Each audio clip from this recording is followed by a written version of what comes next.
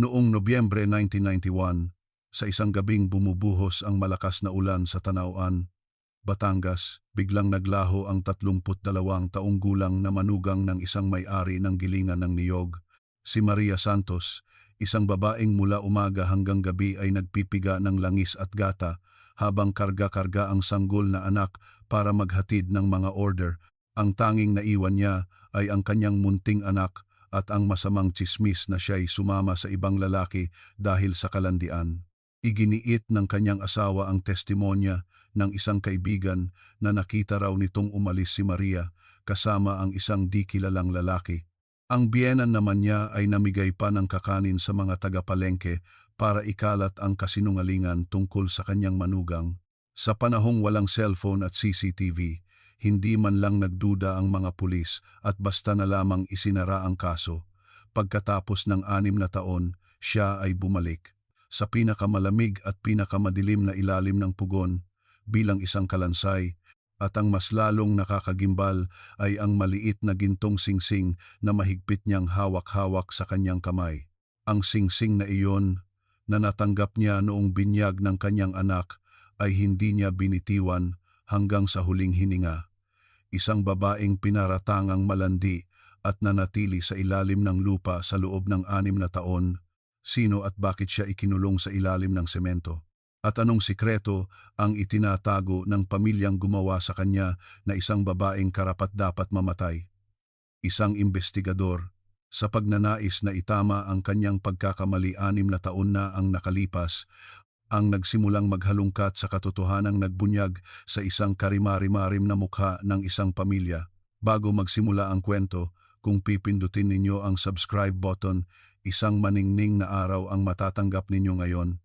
Ang kwento ng araw na iyon magsisimula na ngayon.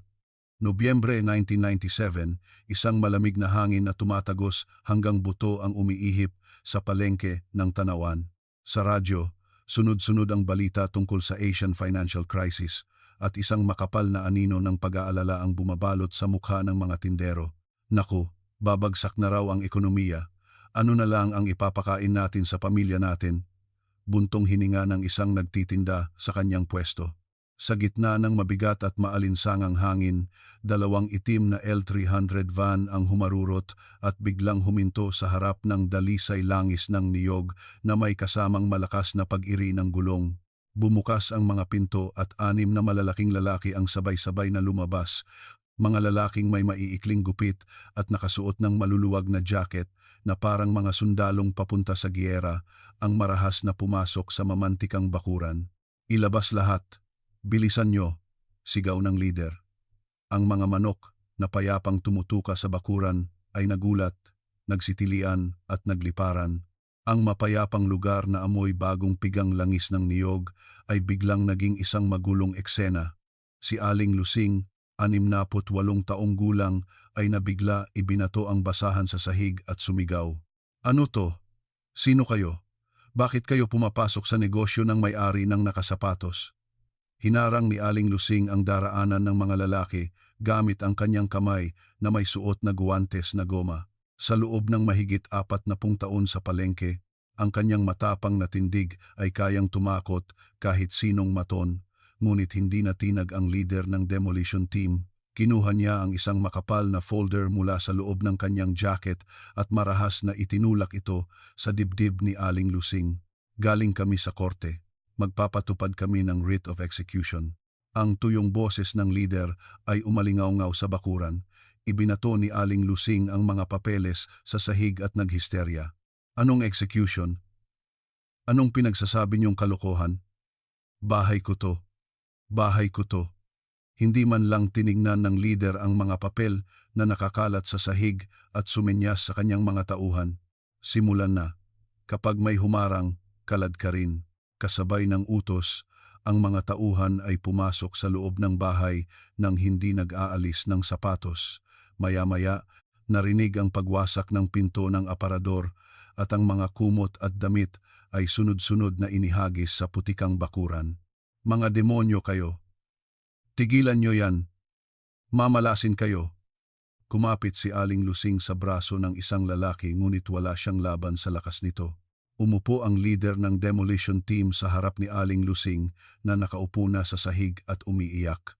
Ngumisi ito ng mapanukso at nagsalita. Lola, kung may reklamo kayo, sa anak ninyo kayo magreklamo. Hindi nyo ba talaga alam na isinanla ni Jose Reyes ang titulo ng bahay na to para sa utang sa sugal?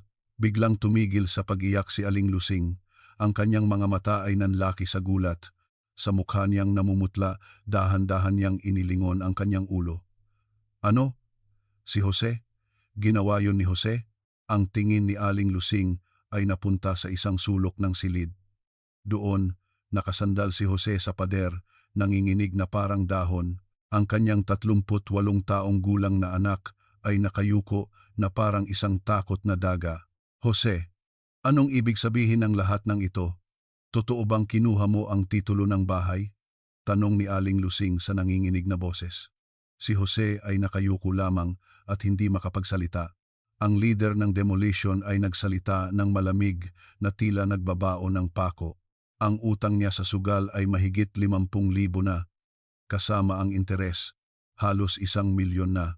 Sa mga salitang iyon, nanghina ang mga tuhod ni Aling Lusing.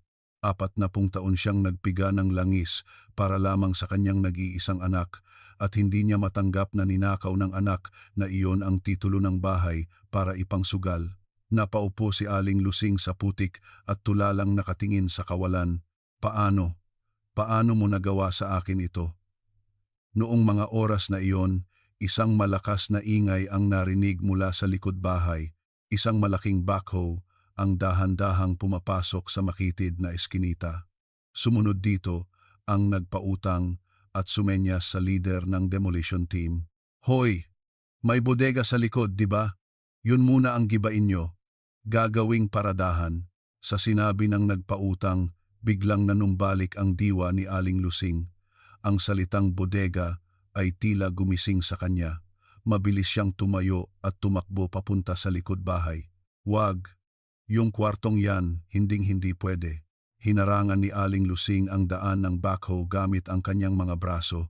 Biglang nagpreno ang operator ng backhoe at sumigaw ng may inis. Ale, gusto nyo bang mamatay? Umalis kayo diyan. Ngunit hindi umalis si Aling Lusing at lalo pang naghisterya. Hindi nga pwede. May multo sa kwartong yan. Kapag ginalaw nyo, magkakamalas-malas kayo. Dahil sa ingay, nagsimulang mag-usyoso ang mga taga-palengke mula sa kabilang bakod. Napakamot ng ulo ang nagpautang at sumenyas sa mga tauhan. Anong multo? Kalokohan. Ilayo nyo yan at gibain na agad. Dalawang lalaki ang lumapit at marahas na hinawakan ang mga braso ni Aling Lusing. Nagpumiglas siya ngunit kinaladkad lamang siya palayo. Bitawan nyo ako. Yung kwartong. Yan lang. Huwag nyo galawin. Pakiusap.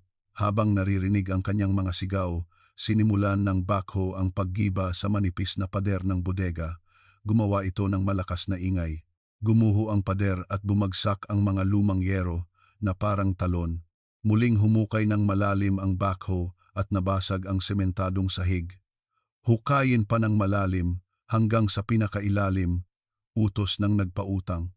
Hinila ng operator ang lever. Sa ilalim, lumitaw ang isang bloke ng semento at sa bitak nito may isang bagay na nakausli. Naramdaman ng operator na may kakaiba kaya pinatay niya ang makina. Teka, ano yon? Bumaba ang operator mula sa kanyang upuan at sinilip ang maalikabok na butas. Sa gitna ng alikabok, isang maputing bagay ang bahagyang nakikita. Nang lumapit siya para tingnan ito, namutla ang kanyang mukha. Buto ng tao. Oo, isang ang buto. Sa tabi ng kalansay na nababalutan ng alikabok, may isang kupas na bulaklaking alampay. Sa ibabaw nito, isang bungo na may mga butas na mata na nakatingala sa langit. Tao, may tao, kalansay ng tao, sigaw ng isang usisero. Biglang napuno ng takot ang lugar at may tumawag ng pulis. Isang police mobile ang dumating na may malakas na sirena. Makalipas ang 30 minuto, pumasok si Detective Cruz sa crime scene. Napanatili ba ang scene? Natawagan na ba ang soko? Tanong ng 48 taong gulang na veteranong si Detective Cruz habang inililibot ang tingin. Huminto siya sa harap ng kalansay at naningkit ang kanyang mga mata. Lumingon siya at tiningnan si Aling Lusing na nakaupo sa isang sulok ng bakuran. Kumusta ang matanda? Nakatitig si Aling Lusing sa direksyon ng mga buto na parang wala sa sarili. Nanginginig ang kanyang mga labi at mahigpit na hawak ang kanyang duster. Ang tingin naman ni Detective Cruz ay napunta sa kabilang sulok. Anak ba niya yon? Si Jose ay nakatalikod, pilit na iniiwasan ang tingin sa direksyon kung saan natagpuan ang kalansay. Para bang may isang bagay na hindi na mababago ang mangyayari kapag tiningnan niya ito. Tahimik na pinagmasdan ni Detective Cruz ang magkaiba, ngunit parehong kakaibang reaksyon ng dalawa. Interesante. Maganda ang mga reaksyon nila. Isang alaala mula 6 na taon na ang nakalipas ang sumagi sa isip ni Detective Cruz. Ang panahong inireport ang pagkawala ng manugang ng pamilya, si Maria Santos. Noon, naniwala lamang siya sa sinabi ng pamilya na sumama ito sa ibang lalaki at tinuring itong simpleng paglalayas. Sana inimbestigahan ko pa ng mas malalim noon. Muling tiningnan ni Detective Cruz ang kupas na bulaklaking alampay sa tabi ng bungo. Sa pinakamalamig at pinakamadilim na ilalim ng pugon, si Maria Santos, pagkatapos ng 6 na taon, ay lumabas sa mundo bilang isang kalansay. Bumulong si Detective Cruz. Sa wakas, nakauwi ka na rin. Napakatagal ng iyong paglalakbay. Sa isang sulok ng opisina ng Criminal Investigation Division ng Tanawan Police Station, isang maalikabok na karton na kahon ang inilapag sa mesa. Ang sikat ng araw sa hapon na tumatagos sa siwang ng bintana ay nagliliwanag sa mga alikabok na lumilipad sa hangin. Lumunok ng laway si Detective Cruz at binuksan ang kahon. Kasabay ng amoy ng amag, lumitaw ang mga manilaw-nilaw na papel. 6 na taon na pala. Sobrang luma na. Pinagpag ni Detective Cruz ang alikabok at kinuha ang folder na may nakasulat na 1991. Kaso ng pagkawala ni Maria Santos. Ang lumang pamagat ay tila tumusok sa kanyang mga mata. Inayos niya ang kanyang salamin at sinimulang basahin ang bawat pahina, binabalikan ang mga pangyayari noon. Ang mga nakasulat ay tuyo, ngunit ang nilalaman ay nakakainis sa sobrang kapabayaan. Nag-report, Jose Reyes. Asawa ng nawawala. Sinabi, iniwan ng asawa ko ang aming sanggol na anak at tumakas. Napailing na lang si Detective Cruz sa pagkadismaya habang binabasa ang sumunod na linya. Ang tala ng investigador noon ay mas lalong katawa-tawa. Batay sa salaysay ng pamilya, nagdesisyon silang tumakas ito dahil sa kalandian at isinara ang kaso. Sumama sa ibang lalaki. At naniwala sila dito, kaya tinapos na ang investigasyon. Inis na kinalas ni Detective Cruz ang isang butones ng kanyang polo at bumulong. Sa gitna ng folder, isang testimonya ng testigo ang nakakuha ng kanyang pansin. Nakasulat doon na nakita raw si Maria Santos na sumakay ng bus kasama ang isang di kilalang lalaki noong araw ng palengke. Tiningnan ni Detective Cruz ang pangalan ng testigo at napasuntok sa mesa. Putris, kababayan pala ni Jose Reyes ang testigo. Nagkasabwatan ang magkaibigan at gumawa ng kwento. Nagulat ang kanyang junior na investigador sa tabi niya. Noon, hindi man lang sinuri ng mga pulis ang halatang kasinungalingan na ito at basta na lamang tinatakan si Maria Santos bilang isang masamang ina na nag-abandona sa kanyang anak. Marahas na isinara ni Detective Cruz ang folder at tumayo. Hindi ito investigasyon, kopyahan lang to. Uulitin natin mula sa simula. Kinuha ni Detective Cruz ang folder at lumabas ng istasyon. Hindi siya pumunta sa crime scene kundi sa isang bangko sa bayan. Kailangan niyang suriin ang mga financial records, ang pinakakritikal na ebidensya na hindi man lang tiningnan ng sino man noon. Kinumpirma ng teller ang pagkakakilanlan ni Detective Cruz at kinuha ang mga lumang records mula sa vault. Detective, heto po ang hinihiling ninyong 1991 transaction history ni Miss Maria Santos. Kinuha agad ni Detective Cruz ang printout na amoy tinta pa. Habang sinusundan ng kanyang daliri ang mga maliliit na numero, huminto ito sa isang partikular na petsa, Nobyembre 18, 1991. Eksaktong 2 araw bago mawala si Maria Santos. Nag-withdraw ng go-in 50,000. Kung iisipin ang halaga ng pera noon, katumbas na ito ng down payment sa isang maliit na bahay. Naging matalas ang tingin ni Detective Cruz. Ang taong tatakas ay hindi nag-withdraw ng pera para sa sarili, kundi nag-remit sa isang tao. Nang makita niya ang pangalan ng pinadalhan, agad siyang tumawag sa istasyon para ipa-background check. Ang pangalan na narinig niya mula sa kabilang linya ay isang kilalang loan shark sa kanilang bayan. Hindi pala pondo para sa pagtakas ang kinuha ni Maria Santos, pambayad pala ng utang. Pagkababa ng telepono, bumalik si Detective Cruz sa folder at tinawag ang kanyang junior. Hoy, hanapin mo lahat ng record ng sugal ni Jose Reyes. Bago 1991. Bawat sentimo, alamin mo. Dahil sa seryosong aura ni Detective Cruz, sumunod agad ang junior at nagsimulang mag-type. Makalipas ang isang oras, napasigaw ang junior habang nakatingin sa monitor. Detective, may kaso pala si Jose Reyes noong 1991 dahil sa sugal. Ang halaga ng reklamo, eksaktong 60,000. Naging seryoso ang mukha ni Detective Cruz. Lahat ng piraso ng puzzle ay nagsisimulang magkabit-kabit. Ang malaking halaga na withdraw ni Maria Santos ay hindi para sa kanyang pagtakas, kundi pambayad sa utang sa sugal ng kanyang asawang si Jose Reyes na ipinadala sa loan shark.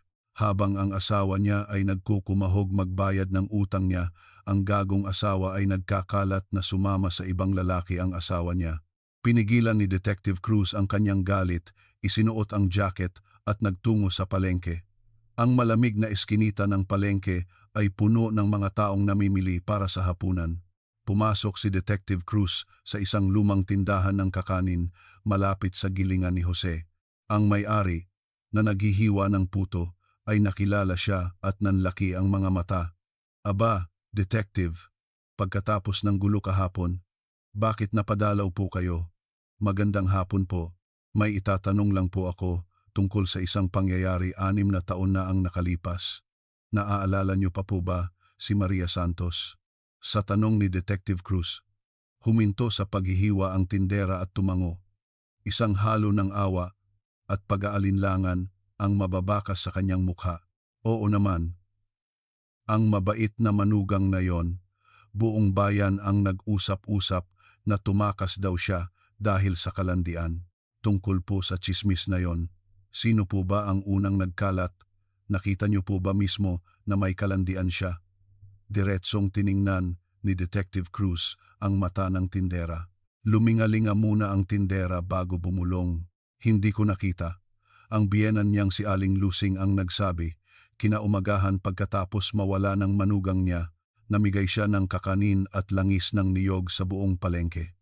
Namigay ng kakanin kahit nawawala ang manugang niya. Kaya nga po, umiiyak pa siya habang sinasabi na yung manugang niya raw ay sumama sa ibang lalaki at iniwan ang kanyang sanggol na apo. Sino ba namang hindi maniniwala? Isinulat ni Detective Cruz ang lahat sa kanyang notebook. Sa oras na mawala ang biktima, sinimulan agad ng mga salarin ang pagpinta sa kanya bilang isang masamang tao. Naniwala po ba kayo sa kwentong yon? Sa tanong ni Detective Cruz, napailing ang tindera. Naku, hindi po. Sobrang sipag ng manugang na yon. Mula umaga hanggang gabi nagpipiga ng niyog, karga-karga ang anak habang nagde-deliver. Niwala ngang oras yon para magpahangin, kalandian pa kaya.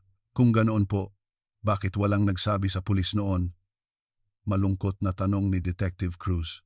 Bumuntong hininga ang tindera.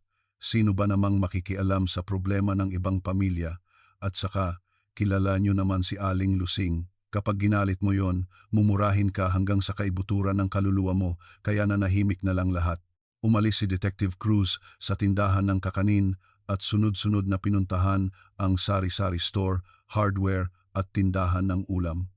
Ang mga testimonya ng mga tindero ay pare-pareho. Kawawa talaga yung manugang na yon.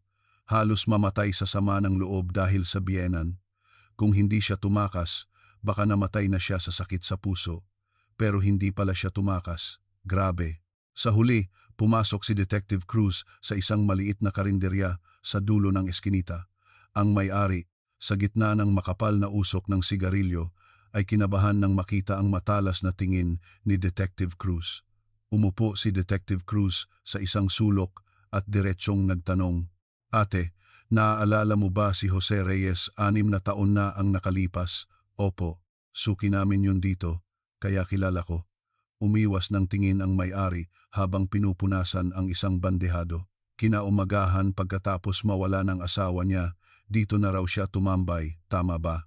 Sa tanong ni Detective Cruz, namutla ang may-ari. "Ano po? Kasi araw-araw ba siyang nandito? Magsabi ka ng totoo." Pagdiin ni Detective Cruz habang tinatapik ang mesa. Napabuntong hininga ang may-ari at sumagot, "Opo, halos araw-araw. Uupo lang siya dito buong araw, umiinom ng kape at nakikipagkwentuhan." Isinara ni Detective Cruz ang kanyang notebook habang hindi alam kung nasaan at kung buhay pa ba ang asawa niya. Imbes na hanapin, nagpapakasaya pala siya dito sa karinderya. Hindi na nakapagsalita ang may-ari at napayuko na lamang. Pabalik sa istasyon, mahigpit ang hawak ni Detective Cruz sa manibela. Ang pamilyang ito ay lubusang nag-iisa kay Maria Santos at dinungisan pa ang kanyang pangalan kahit patay na siya. Manugang na malandi. Ina na nag-abandona sa anak. Sila ang pumatay, pero para mabawasan ang konsensya nila, sinisiraan pa nila ang patay. Nagngingit-ngit sa galit si Detective Cruz. Pagdating sa istasyon, agad siyang pumunta sa hepe ng investigasyon at inilatag ang report. "Hepe, ang kaso ni Maria Santos ay hindi simpleng paglalayas. Gagawin natin itong kaso ng murder at illegal disposal of a corpse. Ipaaresto natin ang buong pamilya." Tiningnan ng hepe ang report at seryosong tumango. "Sige, mag-issue ka ng warrant. Simulan mo na agad." Kinabukasan, sa malamig na interrogation room, nakaupo si Aling Lusing.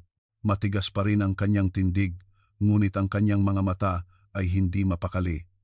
Umupo si Detective Cruz sa tapat niya at inilapag ang makapal na folder sa mesa. "Aling Lusing, 6 na taon na ang nakalipas. Anong nangyari sa manugang ninyong si Maria Santos? Itigil na natin ang pag-arte." Nagkrus ng braso si Aling Lusing at mataray na sumagot, "Nagpakamatay yung babaeng yun dahil sa utang. Naawa lang kami kaya inilibing namin. Krimen ba ang maglibing ng isang kaawa-awang patay? Nagpakamatay? Ang isang taong nagpadala ng ganoong kalaking pera sa isang loan shark para magbayad ng utang ay magpapakamatay pagkalipas lang ng 2 araw?" Inilapit ni Detective Cruz ang autopsy report mula sa PNP Crime Lab sa mukha ni Aling Lusing. "Kita nyo to? Basag ang bungo. May malinaw na marka ng pagpalo ng isang matigas na bagay." Nang makita ni Aling Lusing ang litrato ng basag na bungo, hindi na mapigilan ang panginginig ng kanyang mga mata, ngunit patuloy pa rin siyang nagkaila at umiling. "Hindi ko alam. Wala akong alam. Paano ko malalaman kung saan siya nabugbog bago umuwi?" Yumuko si Detective Cruz para magpantay ang kanilang mga mata at bumulong ng may pagbabanta. "Aling Lusing, hindi siya nabugbog sa labas. Dito siya sa loob ng bahay binugbog at ng isang taong malapit sa kanya." Iniwasan ni Aling Lusing ang tingin ni Detective Cruz at isinara ang kanyang bibig. Isang nakakabinging katahimikan ang bumalot sa interrogation room. Si Aling Nena, ang may-ari ng katabing sari-sari store, ay hindi man lang makatawid sa harap ng kanyang tindahan at tulala lamang na nakatayo. Sa bakuran ng gilingan na napapalibutan ng dilaw na police line, abala ang mga pulis habang sunod-sunod ang flash ng kamera ng mga reporter. "Diyos ko, totoo ngang may bangkay na nakuha at sa ilalim pa ng pugon." Sa narinig na bulungan ng isang nagdaraan, parang bumagsak ang puso ni Aling Nena. Ang bayong ng dilis na hawak niya ay nanginig at tuluyang nahulog sa lupa. Kumalat ang mga tuyong dilis sa putik, ngunit hindi man lang ito pinansin ni Aling Nena. "Naku naman, Elena, saan ba nakatingin yang mga mata mo at natapon lahat ng dilis?" Sigaw ng kanyang asawa mula sa loob, ngunit ang ingay ay parang ugong na lamang sa kanyang tainga. Ang kanyang tingin ay nakapako sa hinukay na pugon sa bodega. Ang orasan sa isip ni Aling Nena ay nagsimulang umikot pabalik. Ganoon din kalakas ang ulan noong gabing yon. Bulong ni Aling Nena, habang dinidilaan ang kanyang tuyong labi. Nobyembre 1991, isang gabing kakaiba ang lakas ng ulan para sa panahon ng taglagas. Katatapos lang ni Aling Nena ayusin ang kanyang tindahan at nakahiga na sa kanyang kwarto sa likod. Ang ingay ng ulan sa bubong ay sobrang lakas na kahit ang radyo ay hindi na marinig. Grabe naman ang panahon. Nakakatakot ang ulan na to. Reklamo ni Aling Nena habang hinihila ang kumot hanggang leeg. Noong mga sandaling iyon, sa gitna ng ingay ng ulan, isang malakas na kalabog ang narinig niya mula sa kabilang pader. Isang tunog na parang isang mabigat na bagay ang ibinagsak sa sahig. Agad na bumangon si Aling Nena at idinikit ang kanyang tainga sa pader. Ano yon? Anong ingay yon? Pinigilan ni Aling Nena ang kanyang hininga at nakinig. Ang ingay ay tiyak na nagmula sa direksyon ng bodega ng gilingan. Maya-maya, isang maikling sigaw ng babae ang bahagyang narinig niya sa gitna ng ulan. Ah! Nanlaki ang mga mata ni Aling Nena. Tiyak na boses iyon ng manugang na si Maria. Pagkatapos noon, may narinig siyang tunog ng isang bagay na kinakaladkad. Isang nakakakilabot na tunog na gumagapang sa pader. Sino yan? Nag-aaway ba sila? Lumapit si Aling Nena sa bintana, bahagyang inangat ang kurtina at sumilip sa labas. Ang bakuran ng gilingan ay balot sa kadiliman, walang kahit isang ilaw na makita. Ngunit sa gitna ng dilim, may narinig siyang mga bulungan. Bilisan mo, dalhin mo sa loob. Hindi niya matukoy kung lalaki o babae ang nagsasalita, ngunit tiyak na higit sa isang tao. Dahil sa takot, mabilis na isinara ni Aling Nena ang kurtina at nagtago sa ilalim ng kumot. Ang kanyang puso ay sobrang lakas ng kabog na hindi siya nakatulog buong gabi. Baka wala lang yon. Baka nag-away lang sila ng malakas. Pilit na pinapakalma ni Aling Nena ang sarili habang hinihintay ang umaga. Kinaumagahan, tumila na ang ulan ngunit madilim pa rin ang langit. Habang binubuksan ni Aling Nena ang pinto ng kanyang tindahan para kumuha ng walis, narinig niyang bumukas ang pinto ng katabing bahay. Aray ko, ang sakit ng katawan ko, si Aling Lusing. Habang hinihilot ang kanyang likod, ay lumabas mula sa direksyon ng bodega. Lumingalinga si Aling Lusing at sinimulang lagyan ng malaking kandado ang pinto ng bodega. Kakaiba ito dahil dati ay hindi man lang niya ito nilolak. Lumapit si Aling Nena, dala ang walis at nagtanong, Aling Lusing, bakit mo nilolok yan? May tinatago ka bang kayamanan diyan? Nagulat si Aling Lusing at lumingon. Ang ilalim ng kanyang mga mata ay maitim at ang kanyang mukha ay mukhang puyat.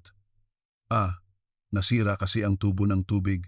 Sobrang mahal daw ipagawa kaya gagawin ko na lang imbakan. Sagot ni Aling Lusing habang umiiwas ng tingin. Biglang nasira? Ayos pa naman kahapon ah. Sa sinabi ni Aling Nena, sumimangot si Aling Lusing at pinutol ang usapan. Ewan ko, baka pumutok dahil luma na. Bakit ba ang dami mong tanong tungkol sa tubo ng ibang tao? Dahil sa mataray na sagot ni Aling Lusing, napahiya si Aling Nena at nag-iba ng usapan. Wala naman, nagtatanong lang. Siya nga pala, hindi ko nakikita ang manugang mo. Nag-deliver na ba? Sa sandaling iyon, naging malamig ang ekspresyon ni Aling Lusing. Inis niyang inayos ang kanyang buhok at nagsalita na puno ng galit. Tumakas ang babaeng yon, sumama sa ibang lalaki at iniwan ang kanyang anak, nagtanan kagabi. Ano? Si Maria? Imposible. Sobrang mahal niya ang anak niya. Hindi makapaniwalang reaksyon ni Aling Nena. Hindi na sumagot si Aling Lusing at pumasok na sa loob ng bahay. Makalipas ang ilang araw, dinalhan ni Aling Lusing si Aling Nena ng isang bote ng langis ng niyog. Kakaiba ito dahil kilala si Aling Lusing sa sobrang pagiging kuripot. Heto, sayo na. Mahina ang benta ngayon, kaya gamitin mo na lang sa pagluto. Inilapag ni Aling Lusing ang bote sa counter. Tinanggihan ito ni Aling Nena. Naku, hindi ko matatanggap. Tunang libre. Mahal to. Sige na, tanggapin mo na. Magkapit-bahay naman tayo. Dapat maging mabuti tayo sa isa't isa. May kakaibang pakiusap at babala sa mga mata ni Aling Lusing. Naalala ni Aling Nena ang mga narinig niya noong gabing iyon. Ang kalabog, ang maikling sigaw, at ang tunog ng pagkaladkad. Salamat, gagamitin ko to. Tinanggap ni Aling Nena ang bote ng langis at iyon ay naging isang tahimik na bayad para sa kanyang pananahimik. Mula noon, sa loob ng 6 na taon, palihim na pinagmamasdan ni Aling Nena ang bodega. Kahit sa gitna ng taglamig, hindi man lang ito sinindihan ng apoy at wala siyang nakitang pumasok doon. Naku, baka may multo na talaga dyan. Sa tuwing naririnig niya ang bulungan ng mga customer, kinakabahan si Aling Nena ngunit nanatili siyang tahimik. Ang takot na baka mapahamak siya kapag nakialam ay mas matindi kaysa sa kanyang konsensya. Ang alaala ni Aling Nena ay bumalik sa kasalukuyan. Sa likod ng police line, isang kalansay na nababalutan ng puting tela ang inilalabas sa isang stretcher. Maria, kawawa ka naman. Tumakbo si Aling Nena papasok sa kanyang tindahan, tinatapakan ang mga natapong dilis. Kinabukasan, pumunta si Aling Nena sa istasyon ng pulis sa dahilan na kailangan siya para sa testimonya. Ang totoo, gusto niyang kumpirmahin ang bigat na nararamdaman niya sa kanyang dibdib. Habang naglalakad sa pasilyo, isang pamilyar na likod ang nakita niya. Teka, di ba siya yon? Sa isang sulok, isang batang lalaki na nasa elementarya ang edad ang nakaupo, ang anak ni Maria Santos. Nakasubsob ang mukha ng bata sa kanyang mga tuhod at ang kanyang lumang sapatos ay kapansin-pansin. Diyos ko, butas na ang dulo. Dahil wala na ang nanay niya, wala nang nag-aasikaso sa kanya. Bulong ni Aling Nena. 6 na taon mula nang mawala ang kanyang ina sa ilalim ng isang amang sugarol at isang malupit na lola, madaling isipin kung paano lumaki ang batang ito. Naalala ni Aling Nena ang imahe ni Maria na karga-karga ang sanggol na ito habang nagde-deliver ng langis. Tiya, para po sa pag-aaral ni Michael, kailangan kong magsipag. Ang nakangiting mukha ni Maria habang pinupunasan ang pawis ay sumagi sa kanyang isip. Namula ang mga mata ni Aling Nena at nanikip ang kanyang dibdib. Baliw ako dahil sa isang bote ng langis, nagbingi-bingihan at nagbulag-bulagan ako. Tumakbo si Aling Nena palabas ng istasyon at umuwi. Isinara niya ang kanyang tindahan at nagsimulang maghalungkat sa mga maalikabok na kahon sa bodega. Nasaan na? Yon. Sigurado akong dito ko nilagay. Pagkatapos ng matagal na paghahanap, isang lumang spring notebook ang kanyang natagpuan. Nanginginig ang kamay ni Aling Nena habang binubuklat ang talaarawan, hinahanap ang Nobyembre 1991. Huminto ang kanyang daliri sa petsang Nobyembre 16. Nobyembre 16, gabi, umuulan, may narinig na kalabog at sigaw mula sa kapitbahay. Natakot ako, hindi ako lumabas.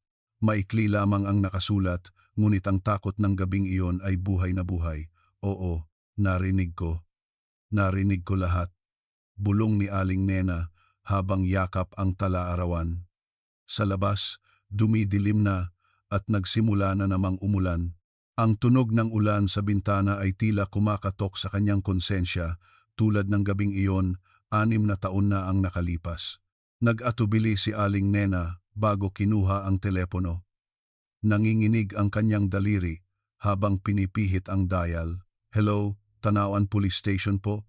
Pwede po kay Detective Cruz? Maya-maya, isang malalim na boses ang narinig niya. Si Detective Cruz to. Sino po sila? Huminga ng malalim si Aling Nena at nagsalita. Ako po si Aling Nena, may-ari ng sari-sari store sa tabi ng gilingan. May sasabihin po sana ako. Ang may-ari ng sari-sari store? Tungkol po saan? Naging interesado ang boses ni Detective Cruz. Hindi po pwedeng sa telepono. Gusto ko po sanang personal na sabihin. Tungkol po sa nangyari noong gabing iyon, 6 na taon na ang nakalipas. Natahimik ang kabilang linya at may narinig siyang kaluskos ng papel. 6 na taon na ang nakalipas. Sige po, pwede po ba kayong pumunta dito bukas ng umaga? Hindi po. Ako na po ang pupunta. Gusto ko po sanang makipagkita ng tahimik, malayo sa mata ng mga tao. Kung ganoon po, pupunta ako sa inyo bukas ng umaga. Ibinaba ni Aling Nena ang telepono at napaupo. Ang ulan sa labas ay lalong lumalakas. Tila sinusubukang hugasan ang katotohanang nakabaon sa lupa sa loob ng 6 na taon. Ngayon ko lang sasabihin, Maria, patawarin mo ako, patawad. Ang paghikbi ni Aling Nena ay sumabay sa ingay ng ulan at napuno ang kanyang tindahan. Kinabukasan, sa ilalim ng madilim na langit, pumasok si Aling Nena sa Tanauan Police Station. Tila isang kriminal, nakayuko siya habang may yakap na isang bagay. Dinala siya ni Detective Cruz sa isang tahimik na interview room sa dulo ng pasilyo. Nanginig ang balikat ni Aling Nena nang marinig ang tunog ng upuang metal na kinaladkad sa sahig. Pagkasara ng pinto, nanginginig na inilabas ni Aling Nena ang lumang spring notebook mula sa kanyang dibdib at inilapag sa mesa. Detective, sa loob po ng 6 na taon, parang dinikitan ng pandikit ang bibig ko. Alam kong kasalanan, pero natakot po ako. Okay lang po. Ang mahalaga ay nandito na kayo ngayon. Dahan-dahan lang po, sabihin ninyo ang lahat ng naaalala ninyo.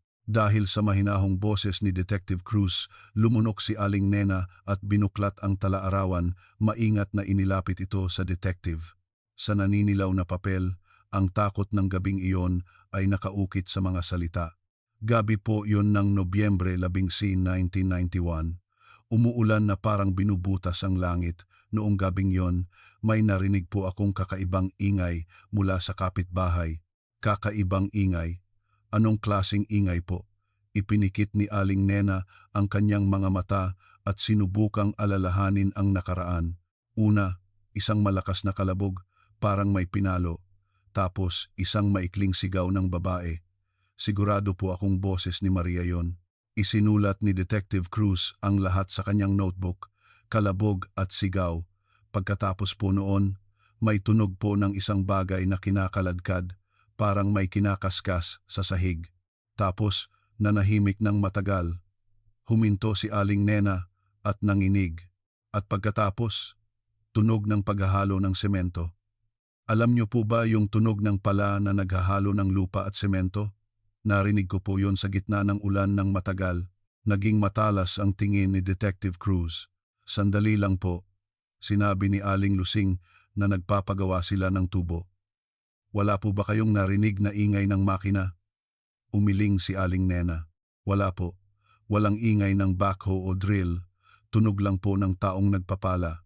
Kung nagdala sila ng makina sa ganoong oras ng gabi, magigising ang buong barangay. Lumapit si Detective Cruz at diretsyong tiningnan si Aling Nena. Ibig sabihin, hindi po ito simpleng construction. May naaalala pa po ba kayo? Kahit maliit na detalye. Huminga ng malalim si Aling Nena at nagsalita ulit. Kinabukasan ng madaling araw, hanggang ngayon, napapanaginipan ko pa rin. Si Aling Lusing, may sinusunog sa isang drum sa bakuran. Ano po ang sinusunog niya? Mga damit po, makukulay na damit pambabae at parang mga litrato. Sa nakita ko, parang litrato ng sanggol. Nanginginig ang boses ni Aling Nena. Tapos may binubudbod siyang puting pulbos sa apoy. Asin po.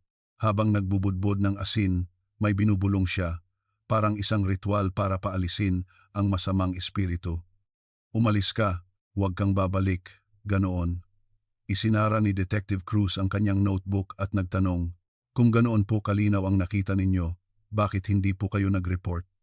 Napayuko si Aling Nena at isang butil ng luha ang pumatak sa mesa. Natakot po ako. Kapitbahay ko lang sila, paano ako lalaban? Tapos, parang naramdaman ni Aling Lusing, dinalhan niya ako ng langis para manahimik. Kaya, nagkunwari na lang din po akong walang alam, duwag po ako. Pinunasan ni Aling Nena ang kanyang mga luha. Pero kahapon po, nakita ko sa pasilyo ng istasyon ang anak ni Maria, si Michael. Mag-isa siyang nakaupo sa sulok. Butas na ang sapatos niya at kita na ang daliri. Nang makita ko yon, parang dinurog ang puso ko. Hindi ko na po natiis. Alam niyo ba kung paano pinalaki ni Maria ang batang? Yon, tumayo si Detective Cruz at yumuko kay Aling Nena. Maraming salamat po sa lakas ng loob ninyo. Malaking tulong po ang testimonya ninyo.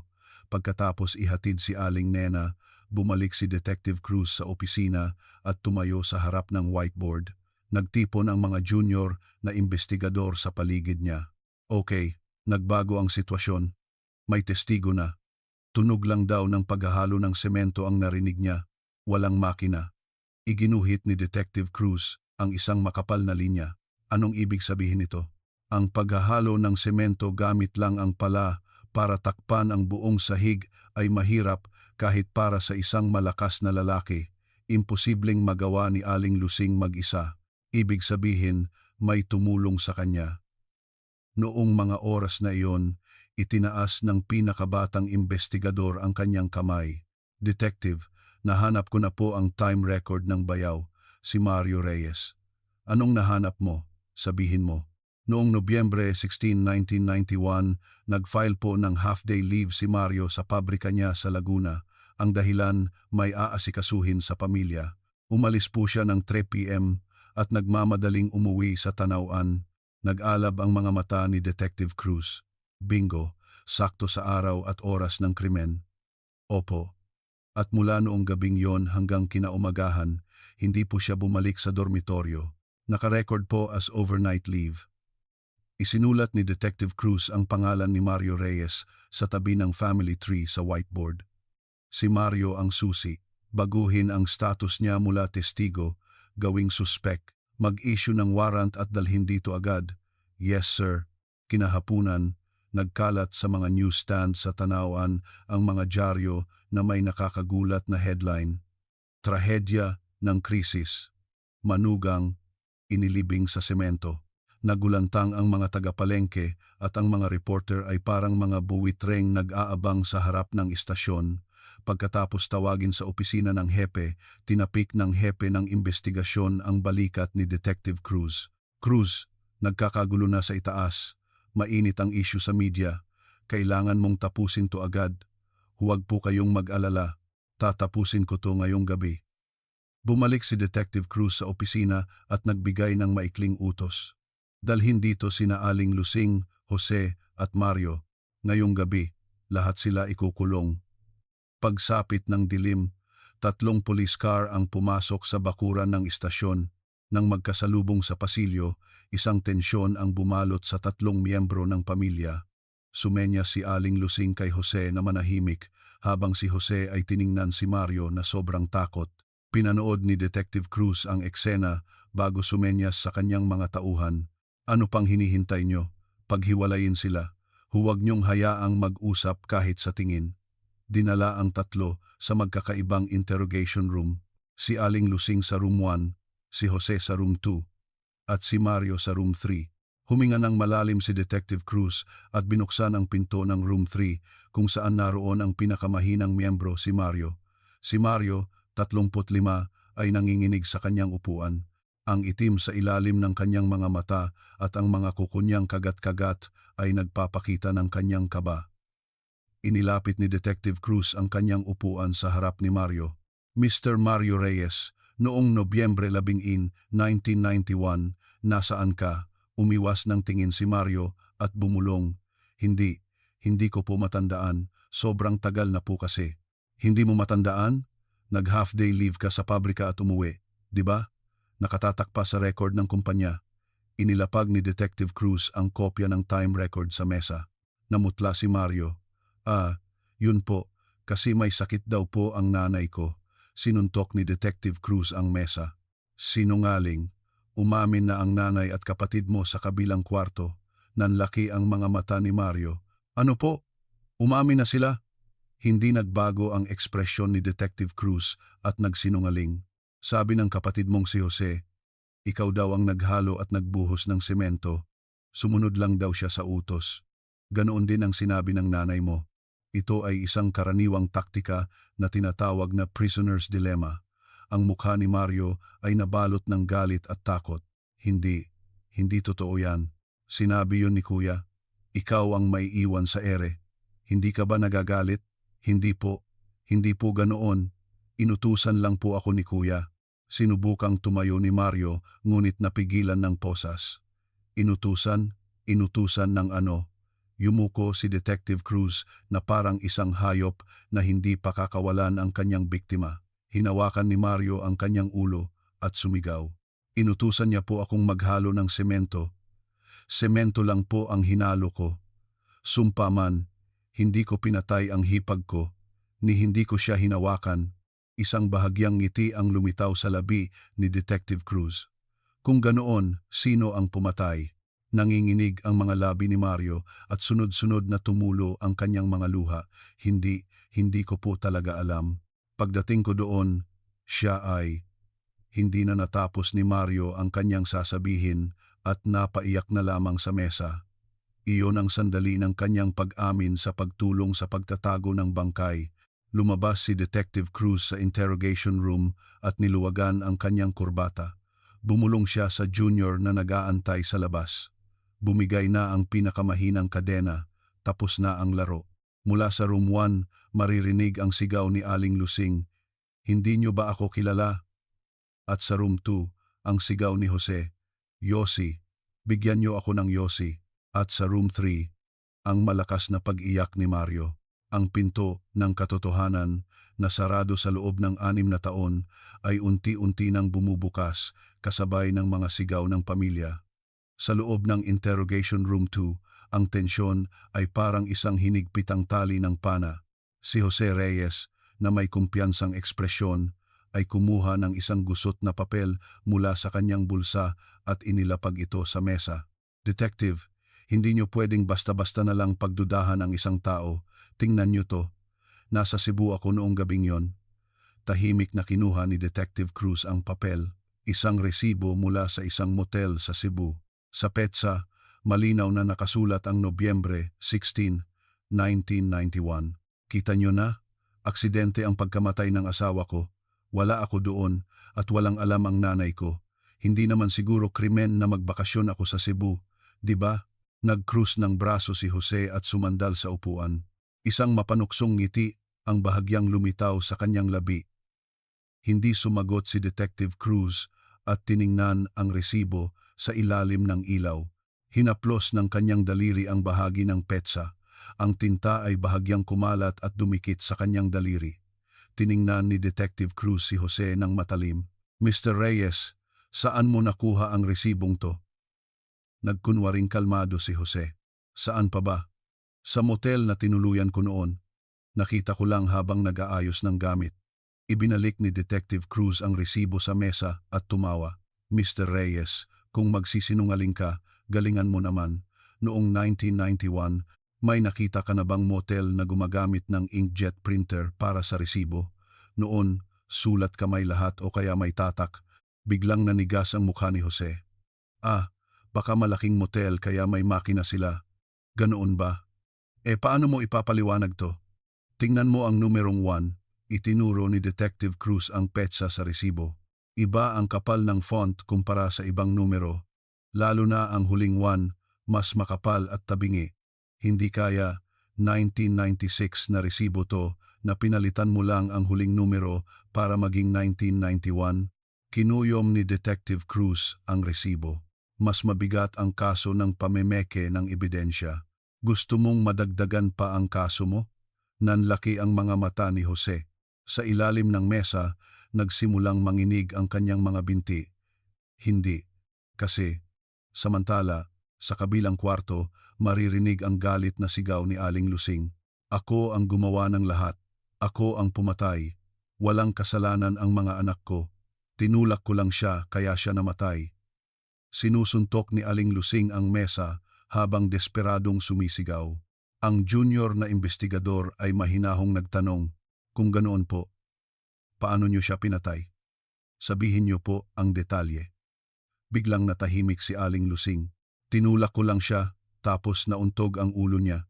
Ikinot ng investigador ang kanyang ballpen. Ayon po sa autopsy, pinukpok siya ng matigas na bagay.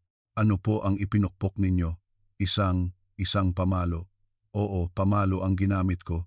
"Saan niyo po siya pinalo? Sa tuktok ng ulo, sa likod o sa noo?" Hindi malaman ni Aling Lusing kung saan titingin. Hindi niya alam kung ano ang murder weapon o kung saan niya ito ipinalo. "Hindi ko na matandaan. Basta pinalo ko na lang." "Paano niyo po binuhat ang bangkay mag-isa at ang pagsesemento sa sahig? Kayo lang po mag-isang gumawa ng lahat ng yon?" Namula ang mukha ni Aling Lusing at sinuntok ang mesa. "Tama na. Masaya ba kayong sirain ang pamilya ng iba? Trabaho ba yan ng pulis?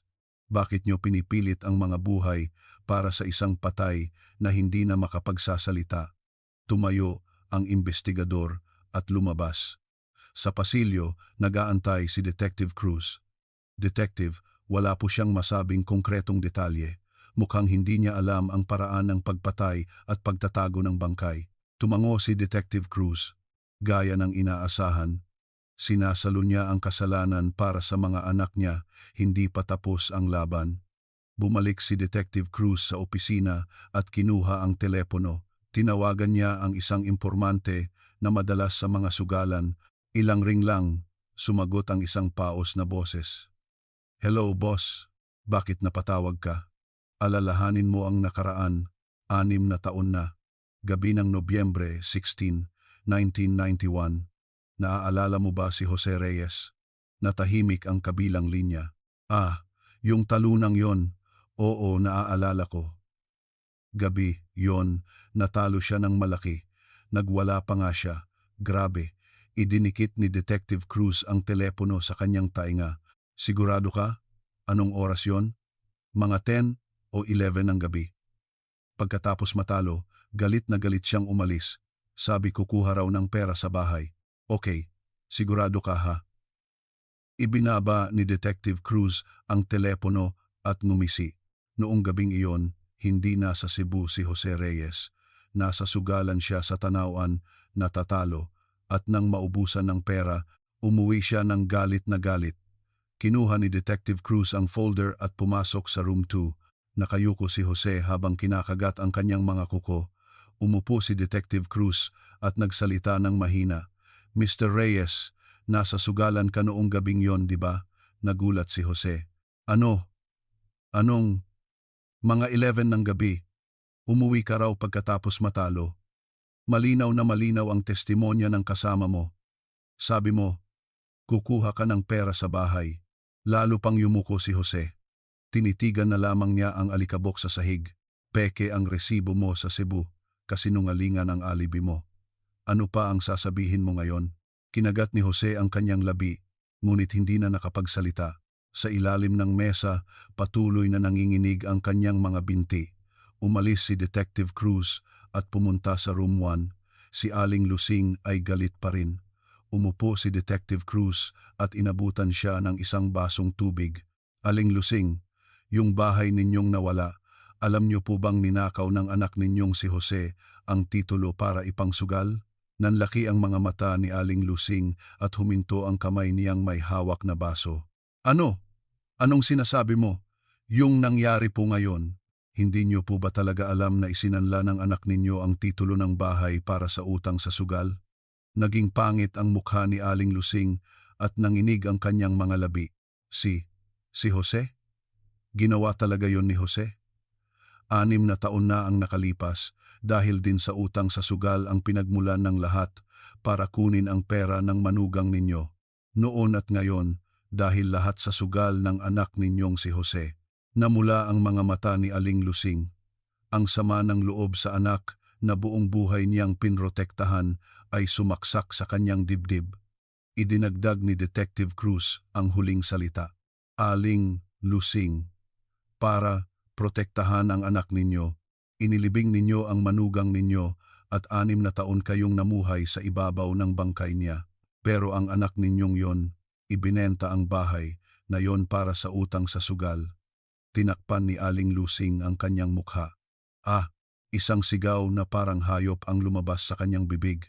Nanginig ang kanyang mga balikat at tumulo ang luha mula sa kanyang mga daliri. Tumayo si Detective Cruz at nagsalita ng malamig. Ang anak ninyo, sa kabilang kwarto, pagkatapos mahuling peke ang alibi, sinusubukan na ngayong ipasa sa inyo ang lahat ng sisi.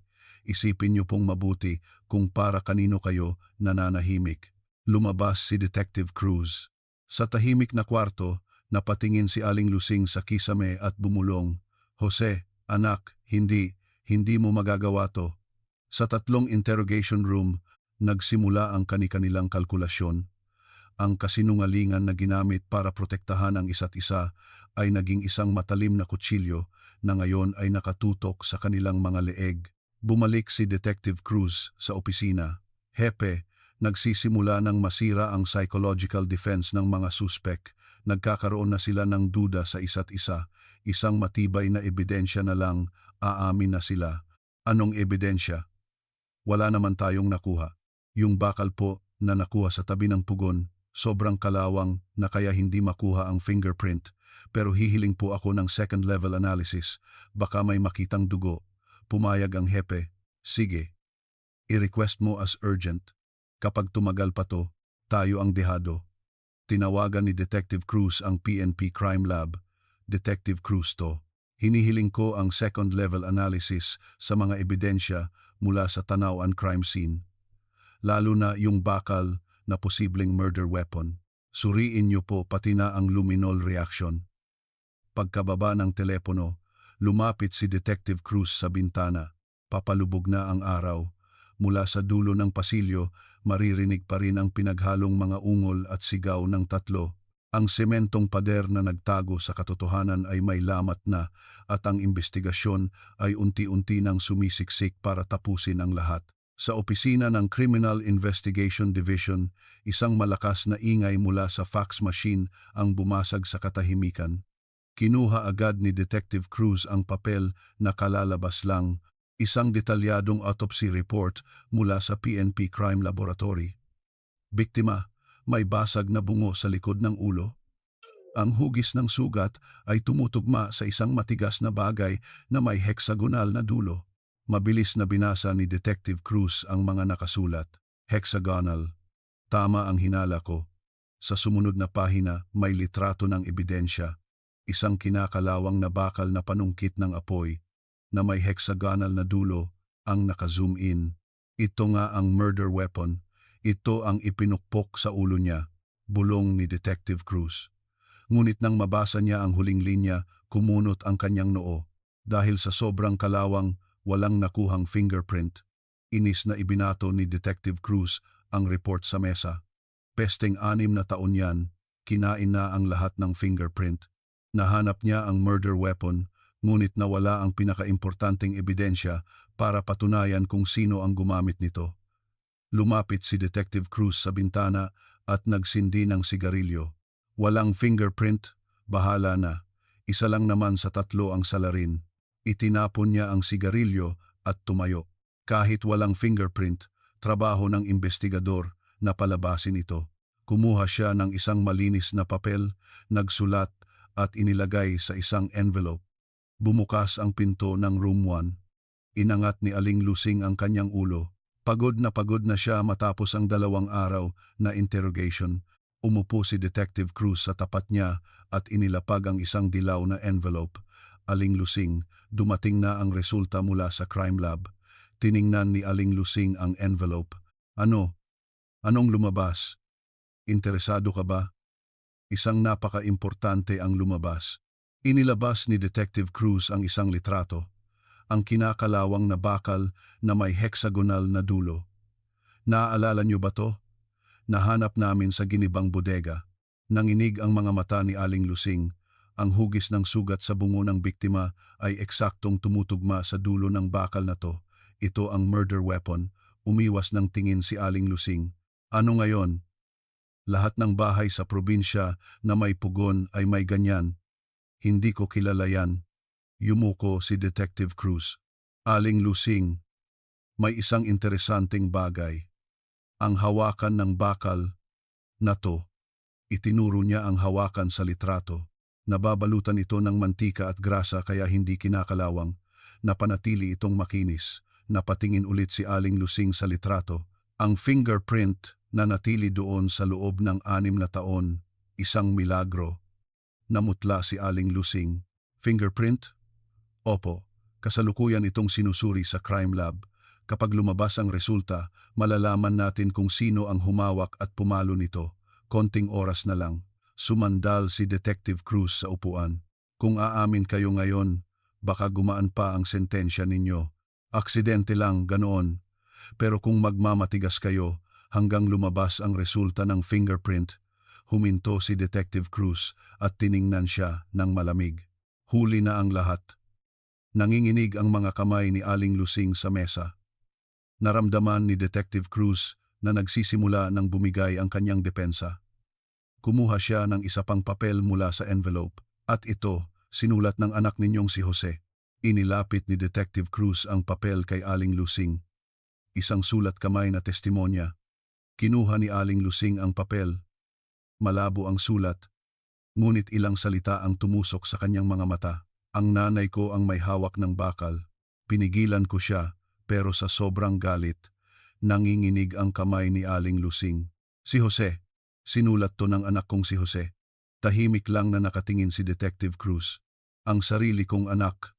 Para iligtas ang sarili niya, ibinenta ako. Sunod-sunod na pumatak ang mga luha ni Aling Lusing sa papel.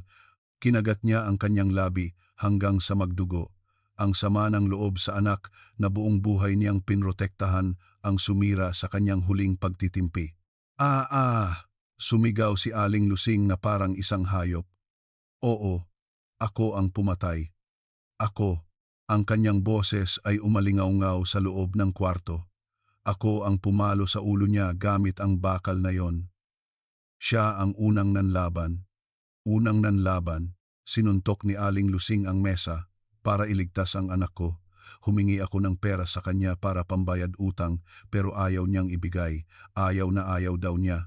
Mahinahong nagtanong si Detective Cruz. Kaya niyo siya pinalo? Oo. Sa sobrang galit, kinuha ko kung ano ang malapit at pinalo ko siya. Isang palo lang, pero bumagsak na siya. Hindi ko alam na ganoon kadali siyang mamamatay. Tinakpan ni Aling Lusing ang kanyang mukha at umiyak. Jose, anak, ginawa ko ang karimari-marim na bagay na to para lang iligtas ka, tapos ibebenta mo ako? Paano mo nagawa sa akin to? Tumayo si Detective Cruz.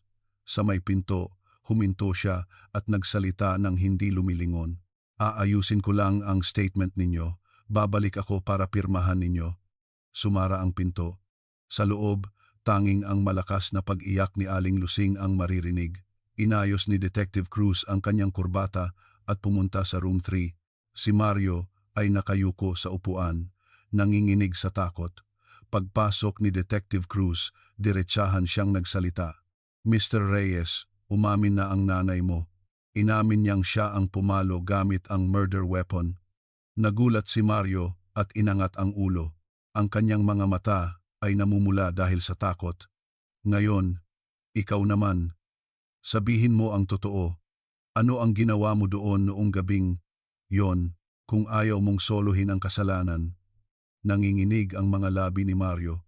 Pagkatapos ng matagal na pag-aalinlangan, sumuko na siya. Ako po, semento lang talaga ang hinalo ko. Tumulo ang maiinit na luha sa kanyang pisngi. Inutusan po ako ni Kuya. Pagdating ko, nakahandusay na po si Ate Maria, duguan ang ulo. Sumigaw si Kuya na maghalo na raw ako ng semento. Sabi niya, papatayin niya rin daw ako kung hindi ako susunod. Pagkatapos niyong ilibing ang bangkay, sino ang nagsunog ng mga damit? Humikbi si Mario. Inutusan po ako ni nanay na sunugin ang mga duguan na damit at kumot sa drum. Sinunog ko po lahat, pati ang mga litrato ng pamangkin ko. Inuntog ni Mario ang kanyang noo sa mesa at umiyak. Sobrang takot po ako. Sumunod lang po ako sa utos nila. Sa loob ng 6 na taon, gabi-gabi po akong binabangungot. Napapanaginipan ko si Ate Maria, nakatingin sa akin. Patawarin niyo po ako. Nanginig ang katawan ni Mario. Sumenyas si Detective Cruz sa kanyang mga tauhan. Dalhin niyo to at kunan ng statement. Pagkatapos ng lahat, bumalik si Detective Cruz sa opisina. Madilim na sa labas. Inabutan siya ng junior ng isang dilatang kape. Detective, yung pinakita niyo kay Aling Lusing kanina, totoo po bang may nakuha talagang fingerprint sa bakal? Umiling si Detective Cruz. Wala. Sobrang kalawang na, nabura na lahat. Nanlaki ang mga mata ng junior. Yung confession letter po, yung sinulat daw ni Jose? Sumandal si Detective Cruz sa bintana at uminom ng kape. Hanggang sa huli, walang inamin si Jose. Yung sulat na yon, ako ang nagsulat, peke. Hindi makapaniwala ang junior. Ibig sabihin, lahat yon, acting lang. Tumingin si Detective Cruz sa dilim. Hindi nagsasalita ang kinakalawang na bakal Pero ang tao, nagsasalita. Inipit niya ang lata at bumulong. Ang isang pamilyang walang tiwala sa isa't isa ay kusa na lang babagsak. Sa sandaling masira ang manipis na tiwalang yon, doon lalabas ang katotohanan, ang malamig na kalansay at ang kinakalawang na bakal. Pagkatapos ng 6 na taon ay nagsalita para sa hustisya. Ang karimari-marim na kasakiman at pagkakanulo na nakatago sa likod ng pangalan ng pamilya ay tuluyan ng nabunyag. Nobyembre 16, 1991, ang langit sa Tanauan ay parang binutas habang bumubuhos ang malakas na ulan. Ang ingay ng ulan sa bubong ay tila sinusubukang lunurin ang sigaw ng isang tao. Sa loob ng bahay ng dalisay langis ng niyog, isang halimaw na nabulag sa amoy ng pera ang nagwawala. Nasaan ang pera? Ilabas mo! Sinabunutan ni Jose Reyes ang kanyang asawang si Maria Santos at inalog na parang isang basahan. Si Maria, na takot, ay pilit na tinatanggal ang kamay ni Jose. Huwag, para to sa pag-aaral ni Michael. Hinding-hindi ko to ibibigay. Nanlisik ang mga mata ni Jose. Katatapos lang niyang matalo sa sugal at pinagbantaan siya ng isang loan shark na puputulin ang kanyang kamay kung hindi siya makakabayad kinabukasan. Gaga ka, mamamatay na ang asawa mo, pera pa rin ang iniisip mo. Sinipa ni Jose ang tagiliran ni Maria gamit ang kanyang sapatos na may bakal. Isang nakakakilabot na tunog ng nabaling buto ang narinig sa gitna ng ulan. Sumigaw si Maria at bumagsak sa sahig. Hinawakan niya ang kanyang tagiliran at namaluktot na parang hipon. Hirap siyang huminga, ngunit walang pakialam si Jose at sinimulang halungkatin ang buong kwarto. Binuksan niya ang aparador at inihagis ang mga nakatuping kumot, ngunit hindi niya mahanap ang pera. Saan mo ba tinago? Sa sobrang galit, sinipa ni Jose ang pinto at lumabas. Kapag hindi ko to nahanap ngayong gabi, susunugin ko ang buong bahay na to. Nawala siya sa gitna ng ulan at tanging ang ingay ng ulan at ang hirap na paghinga ni Maria ang naiwan. Nakahandusay si Maria sa sahig, pinagpapawisan ng malamig. Ang bawat hininga ay parang tinutusok ng nabali niyang tadyang, ngunit kinagat niya ang kanyang labi para hindi mawalan ng malay. Noon, dahan-dahang bumukas ang pinto. Pumasok ang kanyang biyenan, si Aling Lusing. Tiningnan niya ang magulong kwarto at tumayo sa harap ng kanyang manugang. Hoy, babae, tigilan mo na yang pag-arte mo at bumangon ka. Walang bahid ng pag-aalala sa boses ni Aling Lusing. Pilit na inangat ni Maria ang kanyang ulo. Sa liwanag ng kidlat, ang mga mata ni Aling Lusing ay malamig na kumikinang. Inay, nasaan ang pera? Ibigay mo na. Kailangan ni Jose. Kinagat ni Maria ang kanyang ngipin at umiling. Hindi po. Para po. To sa pag-aaral ni Michael. Pinag-ipunan ko po. To kahit nagugutom ako. Hinding-hindi ko po to ibibigay. Lumapit si Aling Lusing. Mamamatay na ang anak ko sa kamay ng mga loan shark. Uupo ka pa rin ba sa pera? Kung hindi na lang po magsusugal si Jose, hindi mangyayari to. Pilit na tumayo si Maria habang nakakapit sa pader. Ang galit na matagal na niyang kinikimkim ay sumabog. Alam niyo po ba kung gaano ako nagtrabaho na parang aso para lang bayaran ang utang niya sa sugal? Mula umaga hanggang gabi, nagpipiga ako ng niyog, nagde-deliver. Dugot pawis ko po ang perang to. Namula ang mukha ni Aling Lusing. Hayop ka! Saan ka kumukuha ng lakas ng loob para sagutin ako ng ganyan? Kung ano ang sabihin ng asawa mo, dapat sumunod ka. Hindi po ako sumasagot, sinasabi ko lang po ang totoo. Kung ibibigay ko to, tatakbo na naman siya sa sugalan. Hindi po pwede, hinding-hindi ko ibibigay. Humihingal na inilabas ni Maria ang kanyang huling baraha. Bukas na bukas din po, pupunta ako sa pulis. Ire-report ko lahat. Kumunot ang noo ni Aling Lusing. Ano? Pulis? Opo. Ire-report ko na binugbog ako ng asawa ko at nabali ang tadyang ko at ang paulit-ulit niyang pagsusugal. Ipapakulong ko siya. Hindi ko na po kaya. Nanlaki ang mga mata ni Aling Lusing. Sa kanyang isip, iisa lang ang imahe, ang kanyang gintong anak na nakaposas at isinasakay sa police mobile. Hindi pwede. Ang anak ko na 40 taon kong pinalaki, magiging kriminal? Ang tingin ni Aling Lusing ay napunta sa tabi ng pugon. Doon, nakasandal ang isang mabigat na bakal na panungkit. Tila na hipnotismo, lumapit si Aling Lusing at kinuha ito. Ang malamig na bakal ay gumapang sa kanyang palad. Inay, ano pong ginagawa ninyo? Natakot si Maria at umatras, ngunit pader na ang nasa likod niya. Wala nang katwiran sa mga mata ni Aling Lusing, tanging kabaliwan. Sa tingin mo, hahayaan kong sirain mo ang kinabukasan ng anak ko. Kahit mamatay ako, hindi yun mangyayari. Itinaas ni Aling Lusing ang bakal sa ibabaw ng kanyang ulo. Inay, huwag po. Isang nakakakilabot na kalabog ang narinig sa gitna ng ulan. Bumagsak ang katawan ni Maria. Ang kanyang paningin ay biglang dumilim. Ang kanyang kamay ay mahigpit na hawak ang isang bagay sa loob ng kanyang bulsa. Ang maliit na gintong singsing ng kanyang anak na si Michael. Hawak ang singsing ng kanyang anak, ipinikit ni Maria ang kanyang mga mata sa malamig na sahig. Iyon ang kanyang huling sandali. Nabitawan ni Aling Lusing ang duguan na bakal, nanginginig ang kanyang mga kamay, at hirap siyang huminga. Ano? Anong ginawa ko? Maya-maya, bumalik si Jose. Nahanap mo ba?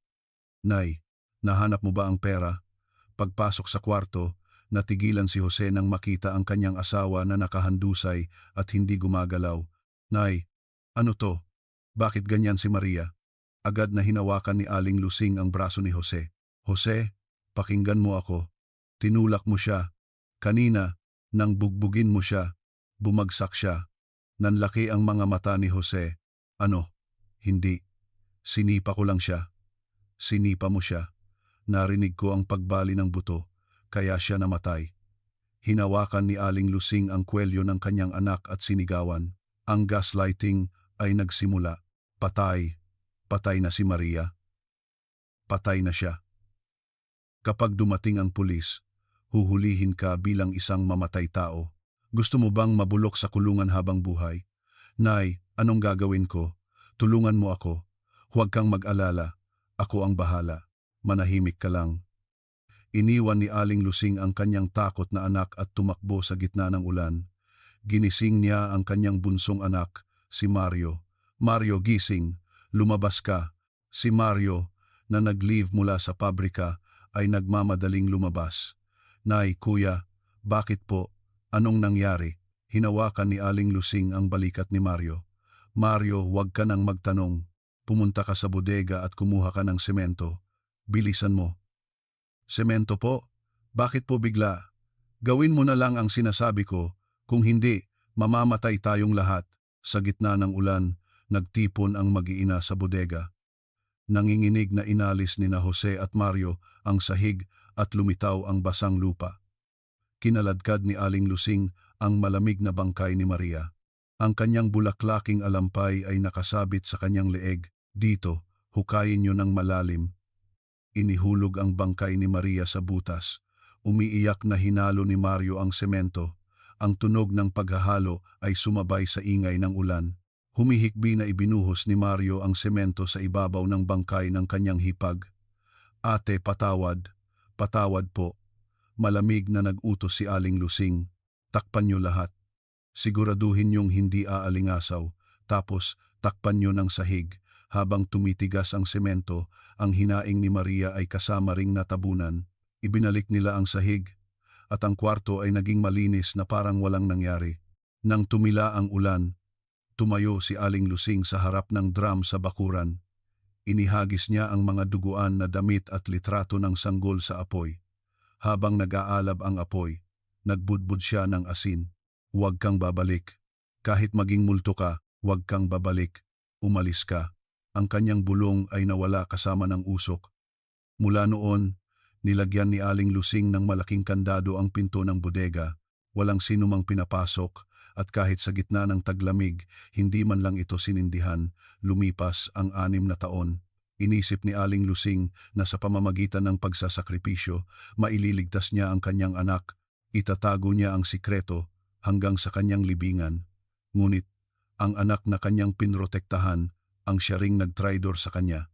Ang bahay na 6 na taon niyang binantayan sa ibabaw ng bangkay ng kanyang manugang ay isinanla ng kanyang anak para sa utang sa sugal. Sa sandaling gibain ng backhoe ang pader ng bodega, ang orasan ng katotohanan na huminto sa loob ng 6 na taon ay muling umikot.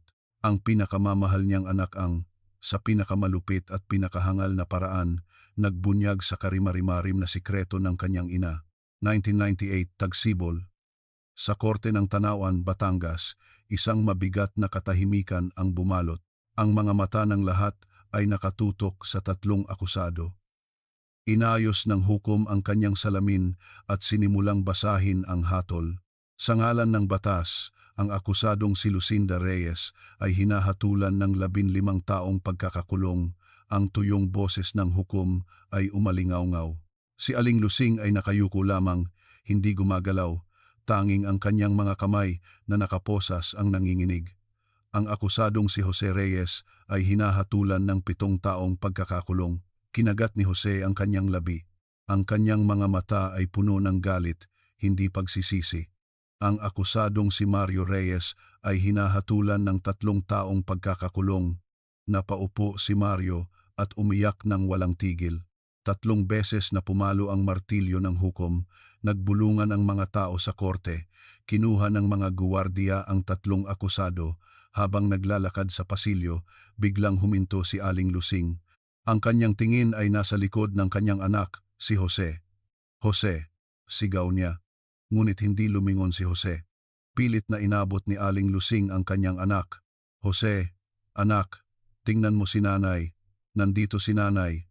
Noon lang huminto si Jose at lumingon, ngunit ang kanyang tingin ay sobrang lamig, parang tumitingin sa isang estranghero. Pagkatapos, tumalikod na siya ulit. Tara na po, sabi niya sa guwardiya. Jose, Jose, ang sigaw ni Aling Lusing ay umalingaw-ngaw, ngunit sumara na ang pinto ng sasakyan.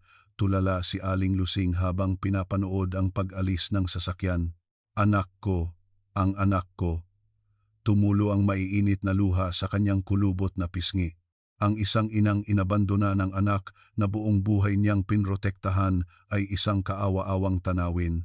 Sa isang sulok ng korte, isang bata ang tahimik na nakaupo. Ang anak ni Maria, si Michael, nakasubsob ang kanyang mukha sa kanyang mga tuhod. Ang kanyang sapatos ay butas-butas na. Dumaan ang kanyang mga kamag-anak, ngunit walang pumansin sa kanya. Naku, malas, bahala siya sa buhay niya. Sa harap ng trahedya, ang pamilya ay gumuho na parang isang kastilyong buhangin. Maya-maya, isang social worker mula sa DSWD ang lumapit. Michael, tara na. Dahan-dahang inangat ni Michael ang kanyang ulo.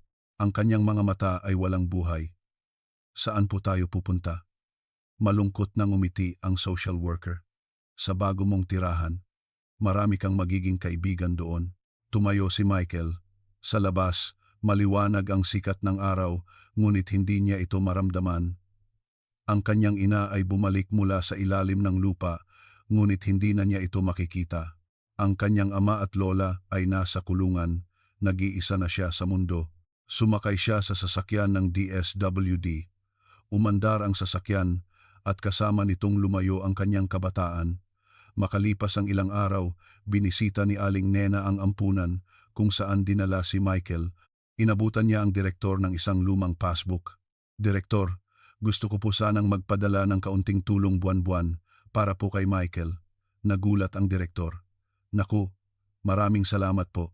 Magkano po ang balak ninyo? Pinunasan ni Aling Nena ang kanyang mga luha. Hindi po kalakihan, pero gusto ko lang pong makatulong sa pag-aaral niya. Hindi naman po kayo kamag-anak.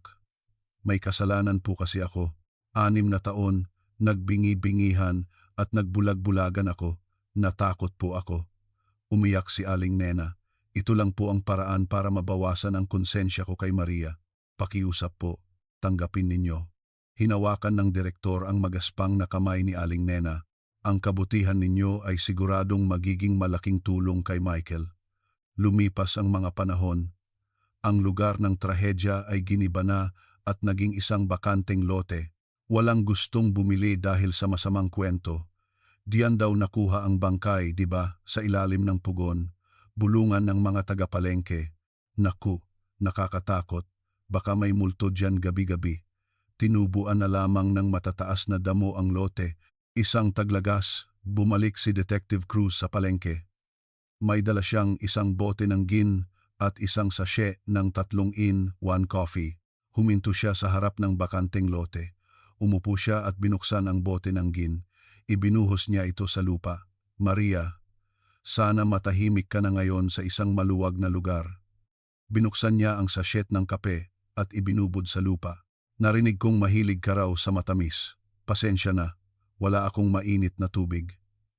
Umihip ang hangin at ikinalat ang pulbos ng kape. Sa dulo ng hangin, may kakaibang amoy. Ang amoy ng langis ng niyog. Grabe, ang tagal mawala ng amoy na to. Ang amoy ng langis na ginamit para takpan ang amoy ng dugo noong gabing iyon ay tila naroroon pa rin. Nagsindi ng sigarilyo si Detective Cruz. Ang usok ay kumalat sa ibabaw ng mga damo. Mula sa malayo, narinig niya ang bulungan ng mga tindero. Kapag naaalala ko ang bahay na yan, kinikilabutan pa rin ako. Paano nagagawa ng tao yon? Kaya nga, mas nakakatakot pa ang tao kaysa sa multo. Mapait nang umiti si Detective Cruz at itinapon ang sigarilyo. Nakakatakot nga ang tao. Kapag nabulag na sa pera at dugo, mas masahol pa sa hayop. Naglakad si Detective Cruz palayo. Ang kanyang anino ay gumapang sa ibabaw ng bakanteng lote. Unti-unting nawala ang kanyang anyo sa dilim ng eskinita. Sa naiwang lote, tanging ang mga damo ang maririnig na nag-iingay sa hangin. Isang tuyong dahon ang nahulog sa isang basag na piraso ng yero, isang abandonadong lupa, at isang karimari-marim na trahedya na ayaw ng alalahanin ng sinuman. Ang naiwan ng maling kasakiman sa pera at pamilya ay isang bakanteng lote na puno ng damo at mga pira-pirasong alaala ng isang winasak na pamilya. Maraming salamat sa pagsama ninyo hanggang sa dulo ng kwento. Kung mag-iiwan kayo ng komento na salamat sa kwento, malaking tulong po iyon. Naway mapuno rin ng kapayapaan at liwanag ang inyong araw. Huwag kalimutang mag-subscribe at i-like ang video. Salamat.